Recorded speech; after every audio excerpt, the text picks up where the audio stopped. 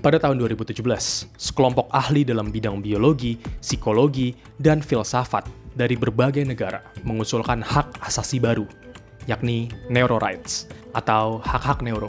Neurorights adalah hak kita untuk menjaga isi pikiran kita dari orang lain yang mau ngintip atau manipulasi pikiran kita. Pada tahun 2020, peneliti dari Universitas Texas dari Amerika Serikat berhasil ngintip pikiran kita dengan bantuan Artificial Intelligence atau AI.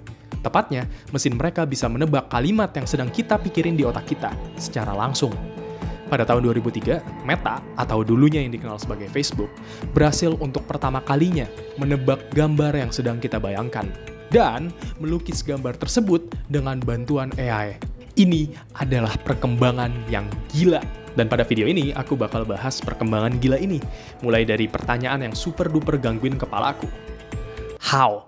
Gimana caranya sebuah mesin bisa baca pikiran manusia? Dan untuk menjawab pertanyaan itu, kita harus nanya dulu, emang pikiran manusia itu apa sih sebenarnya? Bentuknya itu apaan? Dan yang terakhir mau kutanyakan adalah, apakah kita harus takut terhadap teknologi ini?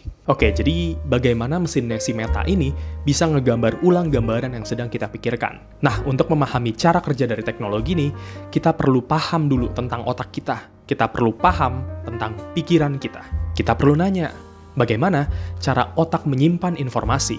Catatan, penjelasan segmen ini sangat-sangat kusimpelin. Otak itu sering dibilang sebagai objek terkompleks di semesta kita, jadi tujuan dari penjelasan segmen ini adalah untuk mempermudah pemahaman topik kompleks ini bagi para pemula, termasuk aku juga. Oke, lanjut. Kita dapat melihat otak kita sebagai organ yang bertujuan untuk menyimpan dan memproses informasi. Informasi adalah kuncinya, karena seluruh hal yang ada di sekitar kita merupakan informasi. Mari kita kembali ke Meta. Mari bayangkan eksperimen si Meta ini, di mana otakmu di-scan oleh peneliti mereka.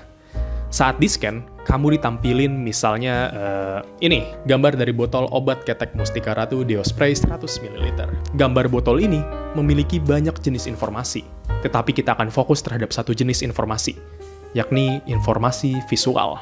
Informasi visual dari botol ini dideteksi oleh mata kita dengan bantuan cahaya.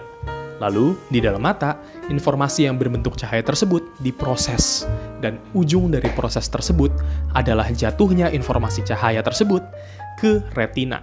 Nah, retina ini adalah organ yang terletak di bagian belakang mata kita, dan disinilah informasi cahaya tadi diubah atau ditranslasikan menjadi aliran listrik. Pasti agak membingungkan kalau kalian baru dengar ini pertama kali.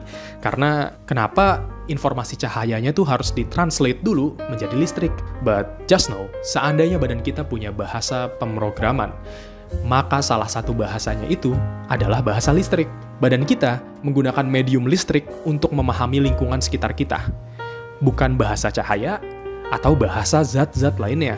Nah, oleh karena itu, badan kita berevolusi untuk menciptakan organ mata yang tujuannya adalah untuk mengubah informasi cahaya menjadi informasi listrik yang bisa badan kita pahami. Oke, kalau sejauh ini paham, maka penjelasan selanjutnya bakal gampang.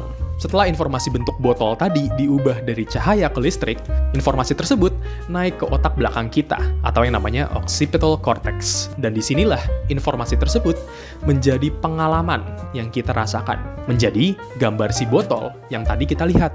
Nah, setelah itu, otak kita masih punya proses lanjutan, yakni memorisasi atau mengingat. Dari otak belakang, informasi listriknya ngalir ke bagian otak ini, di mana dari bagian ini, informasinya akan di-encode atau dikodekan dalam bentuk, ingat, pola aliran listrik di otak kita. Jadi sekarang, kalau ditanya mengenai bentuk memori itu apa sih? Jawaban simpelnya adalah pola listrik di otak kita. Untuk visualisasi super duper simpelnya, mari kita lihat otak kita itu sebagai kumpulan jembatan.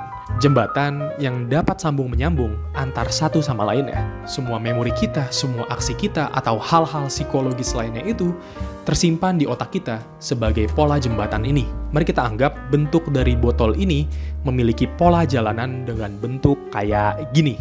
Ingat bahwa pola jembatan ini adalah pola aliran listrik di otak kita. Dan pola listrik tersebutlah yang dibaca oleh si mesin. Kalau tadi proses pembuatan memori dengan nyambungin berbagai jembatan di otak itu namanya encoding. Si mesin ini berusaha untuk ngelakuin proses yang namanya decoding, atau mecahin kode pola listrik yang ada di otak. Karena sekarang kita udah dapat gambaran umum tentang cara kerja mesinnya, Sekarang lanjut ke pertanyaan terakhir. Apakah kita harus takut sama teknologi ini? Ya iya, gila banget kalau kita nggak ngerasa takut sama sekali. Ingat, perusahaan yang ngembangin teknologi ini literally dulunya dikenal sebagai Facebook. Yang mana mereka terkenal sebagai perusahaan yang suka diem-diem ambil data pribadi kita, dan datanya dipakai cuma buat nampilin iklan ulap atau Rise of Kingdoms secara lebih efektif saat kita lagi scroll IG. Look, aku sebagai penggemar psikologi sangat-sangat excited terhadap keberadaan teknologi ini. Ini mesin literally bisa nebak apa yang kita pikirin.